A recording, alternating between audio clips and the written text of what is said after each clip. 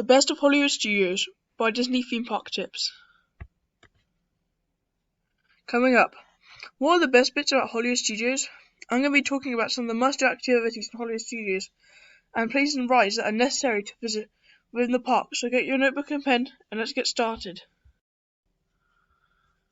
Park Tips. We've been over this intro many times, but it's a reminder that the main purpose of this channel is to prepare people with ideas that they can use for their Florida trips.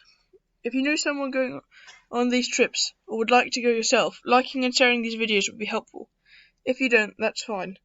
For anybody who comments on this video that they have liked, I'll be doing an extra shout out later in December, maybe like at the end of the year. So you want to be a part of it, then make sure to like and comment. Now let's get started. Now coming to your in Hollywood Studios, you want something enjoyable but not too scary to start with, which is where you get Slinky Dog Dash. Now this ride can have really long queues, which is why you should get there as early as you can, and ideally between the early access if you have that. This is a fun roller coaster which has many different enjoyable elements as well as a fun design and an interactive queue.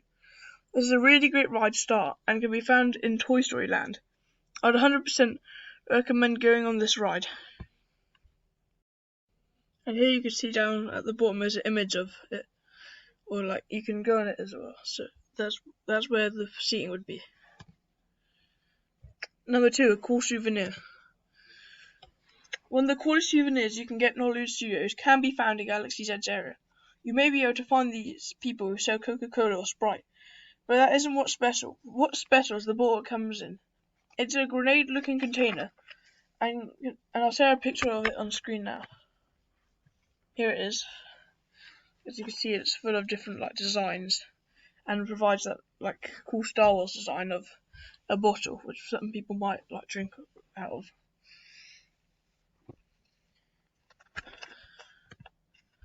It really is a souvenir worth buying. It's really cool to own. Plus, you get a drink out of it. Lunch. When it comes to lunch, one place I recommend above all is Ronto Roasters. Not only is the food delicious, but it's designed and themed like Star Wars, has the same noises and aesthetics of somewhere like a workshop you'd find in Tatooine. It's a really nice place to go, and I'd 100% recommend going there, even if it's just for a quick bite. The opening time is 9 AM and it closes at 3 PM, so make sure that you're there between those times. It has really good, nice wraps and good food there, so I'd recommend that. The location can be found on the guide map. Entertainment. If you need some afternoon entertainment, then why not visit the Indiana Jones Stunt Show? I'm not sure if it's still open, but I assume it is. It's amazing to see some behind the scenes from the movies. If you've not seen it before, then I suggest you should, because it's really fun and exciting.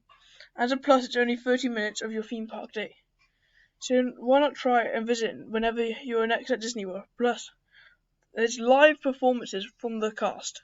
Well, not the cast of Indiana Jones, but from the cast from the members there. And so, what's not to love? So, considering there's much of the afternoon left, what do you decide to do? Well, another ride is a good idea. Here's some mild spoilers for the Rise of Resistance, so skip ahead if you want to be completely surprised. Rise of the Resistance. One ride that everyone always talks about in studios, Hollywood Studios, okay, many Star Wars fans, is Rise of the Resistance. This ride is truly one of a kind, with a walkthrough of an Imperial base and an exciting ride through a battle. With its special effects, good story and excellent ride mechanics, Rise of the Resistance is one of Disney's greatest achievements. Some would wonder why it only made number 5 on my top 10 rides, but it's really because people have different opinions and experiences on each ride, and makes it special to them. So that's why someone might really like It's a Small World, and another person may love Guardians of the Galaxy, Cosmic Rewind. That person being me. And here's something else to add. You should probably get Lightning Lane. The queues are very long. Sometimes it can take up to more than an hour. So I really recommend getting a Lightning Lane so you can make sure that you get to ride it without too much of a long wait. Dinner. The Sky-Fi Dine-In Theatre Restaurant. Want to throw back to the past where most people sat in their cars and ate fast food while watching films that were only in black and white? Well, I basically described the experience at the Sci-Fi Dine-In Theatre restaurant. Here your seat is literally in a car, and the background is adverts in black and white, which you can enjoy as entertainment. The food is delicious, which is mainly considered a fast food, like burgers and milkshakes and fries. It is delicious, and I definitely recommend having dinner here, as it's a fantastic experience and really immerses you in the old days of sit-in car theatres.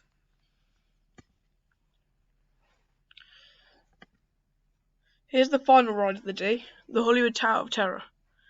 I'm sure if you saw this in my top 10 Disney rides, then you know that I had to include this. It is a great ride with a good story and atmosphere as well. You get a bit scared down each time as you go, and it's a randomised pattern, so you can go up and down. And I feel like I could ride this 5 times in a row, despite riding it twice before. I felt the nerves in me queuing up despite riding it twice before, I still felt the nerves in me queuing up for the ride. Overall, it's a ride that you should definitely go on, and it's spectacular during the 50th anniversary of Disney World. Here it is, but with more different colours and more lights. And it's a fantastic ride. It's a really great experience, and it's one of the things that makes Hollywood Studios unique and amazing. The Skyliner. It's also worth noting that the Skyliner is available travelling here. So if your resort links to the Hollywood Studios Skyliner, like I think the Caribbean Beach Resort, possibly, then you can use it to travel there in style. So you can see here's an image, and sometimes the Skylines have different carts you can go in, there's some Disney themed ones like Moana sometimes. So if you want to have a go in them and want to experience them, then why not go there on the way to one of the theme parks? So it's a different mode of transportation, and I'd really recommend it if you want to have the full Disney World experience. Here's some extra places. Ogre's Cantina. Now this place is one of a kind. As you can see, it is mainly like a bar, but it is a different bar because it has a robot which plays really good soundtracks, has a really nice atmosphere, and there's different types of drinks you can get there. There's even ones that get served in a pool cup, which means you can take the pool cups home as well, and you get to have drinks in them. And it is a really cool place, and if you want to go there, then I'd also recommend that as well. So the Hollywood Studios part of this video is over. I would continue watching to see who gets comment of the month and some more news. So you might be wondering, what is Animal Kingdom like? Now there's some extra photos here that I forgot to include in the other one. It has Kidani and Jambo House, and also explain whether I think it was actually good or not, as I forgot to do in the video. So here's the photo. This is a map of Jambo House, and you can see here the zoomable pool, the outdoor resort area, because the pool's in the centre. The lodge is over around this area, near the back. There's some restrooms. There's the arcade. All of this surrounds it, or surrounds the outdoor area. And for Kidani, there's also one There's the Jambo House around here, and Kidani has a pool, which I'll show in a minute as well, and a couple of other stuff such as sauna. Here's one of the Kidani pools. You see it looks very refreshing, and it's really good in the summer times because you get to cool off in them. And I think sometimes there's even hot tubs, etc., which you can go if it's the colder seasons. The map of Jambo House. You can see it's in a sort of horseshoe shaped, and connects onto some of another U shape as well.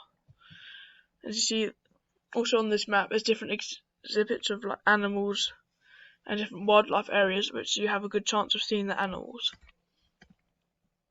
And also here's some drafts, which you can also find when drawing the Animal Kingdom lots.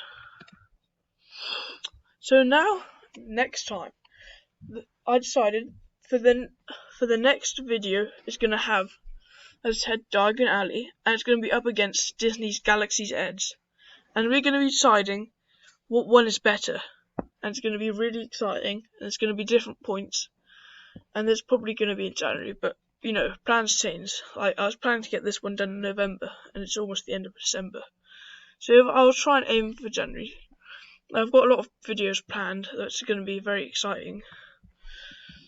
So hopefully the next video is going to be this one.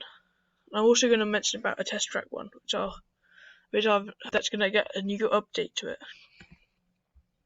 Now we need to finally know what one is November's month. Now it's a bit late. I know it's like December now. Christmas is tomorrow, but we need to get this done, and we need to figure out who's November's Comp the Month. So November's Comp the Month was or is at Part-Time Riggy Theorist, and he has uploaded before Christmas. We've seen in his channel. I'm subscribed to this person who does mainly Riggy theories, and yeah, I want to give them Comp the Month. So well done to that person. I'll do one in December, probably going to be near New Year's Eve now. But if you want to be chance to be Comp the Month, make sure to comment on this video. I'll mainly do ones on this video. Have a chance to be December's Comp the Month. And maybe I'll actually consider doing a compilation one time where I put all the comments of the months together. But yeah, that's nice and short and done. So congratulations, this comment of the month has ended the video. Now, also, an extra bit, have a nice Christmas. It's December 25th tomorrow, so that means Christmas Day. I know you guys probably can't wait to open your stockings, celebrate your family, have a nice Christmas dinner. And in January, I do have a list of videos planned, like I said. I want to get this out on the 24th, so we could get one final video in before the 2023 ends. It's been an amazing year on the channel. We've gained a lot more subscribers than last time. I think we had one to start with, and we've gained 18 more, which is amazing.